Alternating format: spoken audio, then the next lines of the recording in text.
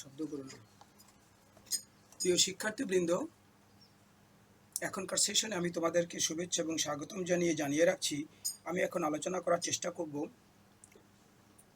চতুর্থ অধ্যায়ের 4.4 এবং 4.5, যেখানে আলোচনার জন্য বলা আছে describe the sources of rubber, cork and ebonite এবং describe the uses of asbestos as insulating material.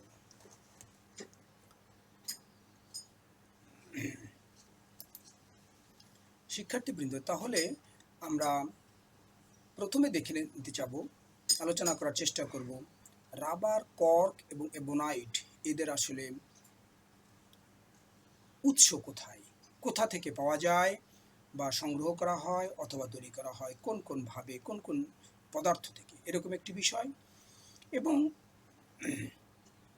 তারপরেই আমরা দেখার চেষ্টা করব যে অ্যাসবেস্টস, যেটা কিনা ইনসুলেটিং ম্যাটেরিয়াল হিসেবে সমধিক ব্যবহৃত হতো, কিন্তু বর্তমানে নানাবিধ কারণে হচ্ছে না, কিন্তু ইনসুলেটিং ম্যাটেরিয়ালস হিসেবে ব্যবহারযোগ্য, তার আসলে ব্যবহারগুলো কোথায় কোথায় হতে পারে বা হয়েছিল বা এখনও কম বেশি হচ্ছে। তাহলে প্রথমেই যে বিষয়টি সেটা চলে আসবে রাবার, কর্ক এবং এবনাইট। প্রকৃত অর্থে এগুলো সবই হচ্ছে বিভিন্ন গুণ সম্পন্ন এবং বিভিন্ন উৎস থেকে সংগৃহীত ম্যাটেরিয়ালস। এক কথা এটাই বলা যাবে। যেমন রাবার, সেটি মূলত গঠন করা হয়, তৈরি করা হয়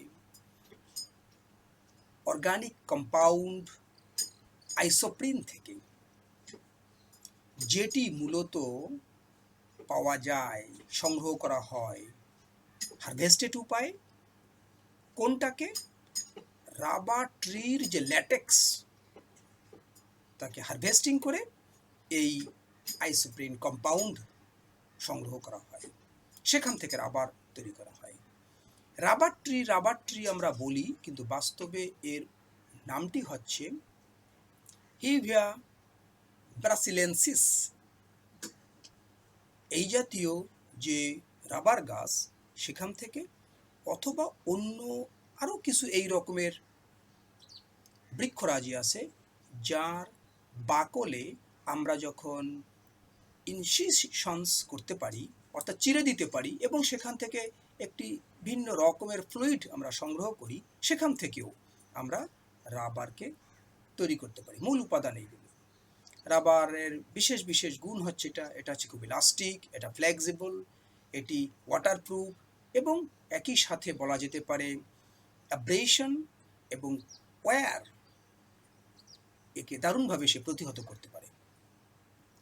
এখন যদি আমরা একটু দৃষ্টি ফেরাই কর্কের দিকে, তাহলে আমরা আবার ওরকম বলতে পারবো কর্ক ওক ট্রি, এখানের যে বাকল, সে বাকল থেকে মূলত কর্ক তৈরি করা হয়, অথবা এর সহযোগে অন্য কোনো উপাদানও মিশ্রিত করা যেতে পারে বা হয়ে থাকে। এই কর্ক ওক ট্রি, যেটা মূলত কিউরেশাস সাবার নামে পরিচিত, এটি তৈরি করার জন্য যেটি করা হয়, ওই গাছের যে বাকল, সেটাকে হারভেস্টিং করা হয় প্রতি 9 থেকে 12 বছর অন্তর অন্তর, এবং সেখান থেকে কর্ক পাওয়া যায়। কর্কের বিশেষ গুণ হচ্ছে এটি খুব হালকা, এটি জলে ভেসে থাকতে পারে, এটি অগ্নিকে বা আগুনকে প্রতিহত করতে পারে, থার্মালি এবং অ্যাকুস্টিক্যালি, অর্থাৎ শব্দ এবং তাপ দুটোকেই সে ইনসুলেটিং করতে পারে, অর্থাৎ প্রতিহত করতে পারে, প্রতিরোধ করতে পারে। এটি সহজে কোনো কিছুর সঙ্গে গুলে বা মিশে যায় না, দ্রবীভূত হয়ে যায় না, ইম্পারমেবল।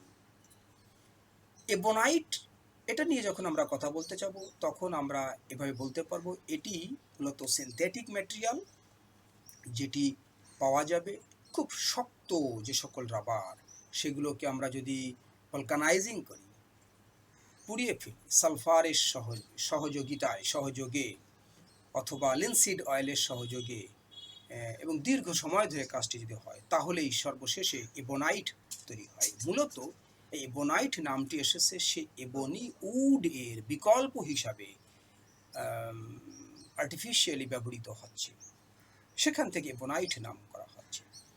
এবনাইট খুব দৃঢ়, খুব ভঙ্গুর, ইলেকট্রিক্যালি দারুণ ইনসুলেটিং প্রপার্টিজ বিশিষ্ট এবং হিট এবং কেমিক্যাল দুটোকেই সে প্রতিহত করতে পারে নির্দিষ্ট মাত্রায়।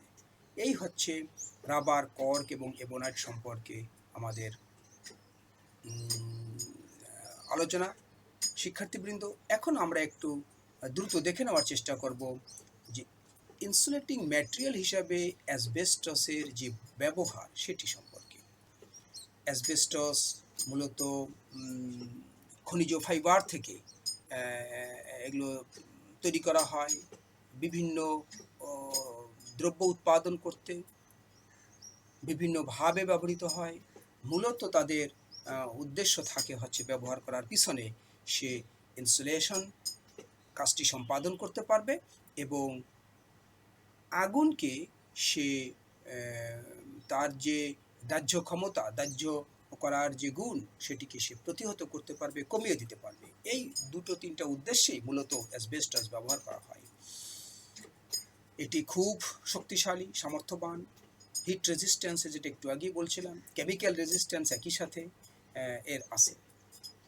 এটি ইনসুলেটিং ম্যাটেরিয়ালস হিসেবে খুব সহায়ক ম্যাটেরিয়ালস। কিছু কিছু ক্ষেত্রে এটি খুব ব্যাপকভাবে ব্যবহৃত হয়েছিল এবং হতে পারে। সেটি হচ্ছে এরকম যে বিল্ডিং ইনসুলেটিংয়ের ক্ষেত্রে, ভেহিকেলস ইনসুলেটিংয়ের ক্ষেত্রে, শিপস ইনসুলেটিংয়ের ক্ষেত্রে, ইন্ডাস্ট্রিয়াল প্রোডাক্টস ইনসুলেটিংয়ের ক্ষেত্রে, কনজিউমার প্রোডাক্টস ইনসুলেটিংয়ের ক্ষেত্রে। কেমন? যেমন বিল্ডিংয়ের ক্ষেত্রে যদি বলা হয়, তাহলে তার ওয়াল, সিলিং, ফ্লোর, চিলাকোটা, অ্যাটিক্স এবং রুফস সবগুলোকে সে ইনসুলেটিং করতে পারে।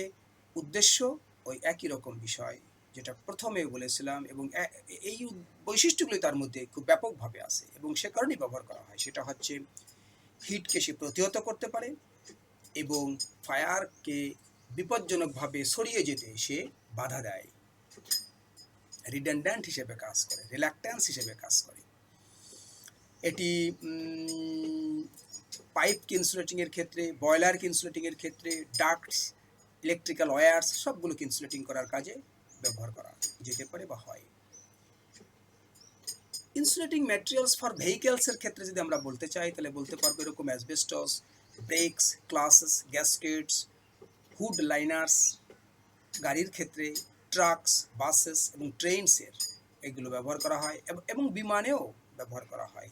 মূলত উদ্দেশ্য হচ্ছে সে ফ্রিকশনকে কমিয়ে দেয়, নয়েজ কম সৃষ্টি করে এবং হিট উৎপন্ন হলেও সেটিকে সরিয়ে যেতে বাধা দেয়।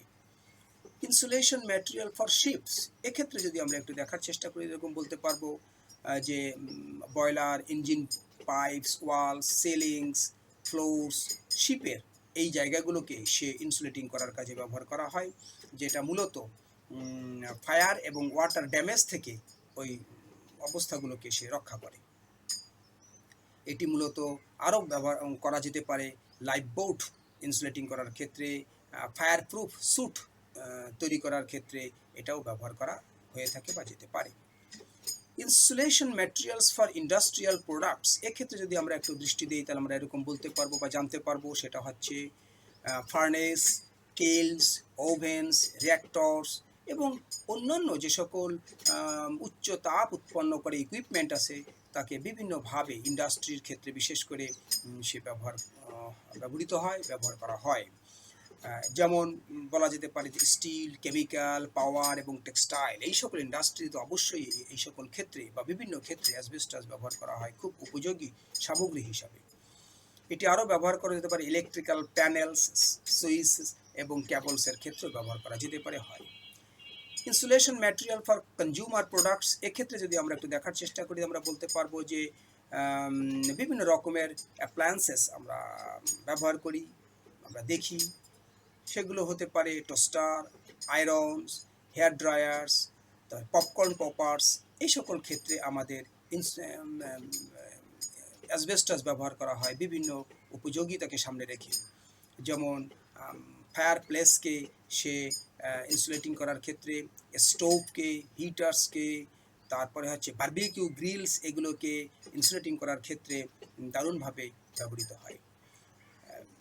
কিন্তু অধিক আরেকটু জানার জন্য বলে রাখি, এবং তোমরাও একটু জেনে রাখবা, সেটা হচ্ছে এরকম যে যত রকম উপকারেই ব্যবহার করা হোক না কেন, সেটি হচ্ছে একটি দিক, কিন্তু বিপরীত আরেকটি দিক হচ্ছে অ্যাসবেস্টস অন্যভাবে যে পরিচিত মানুষের কাছে, সেটা হচ্ছে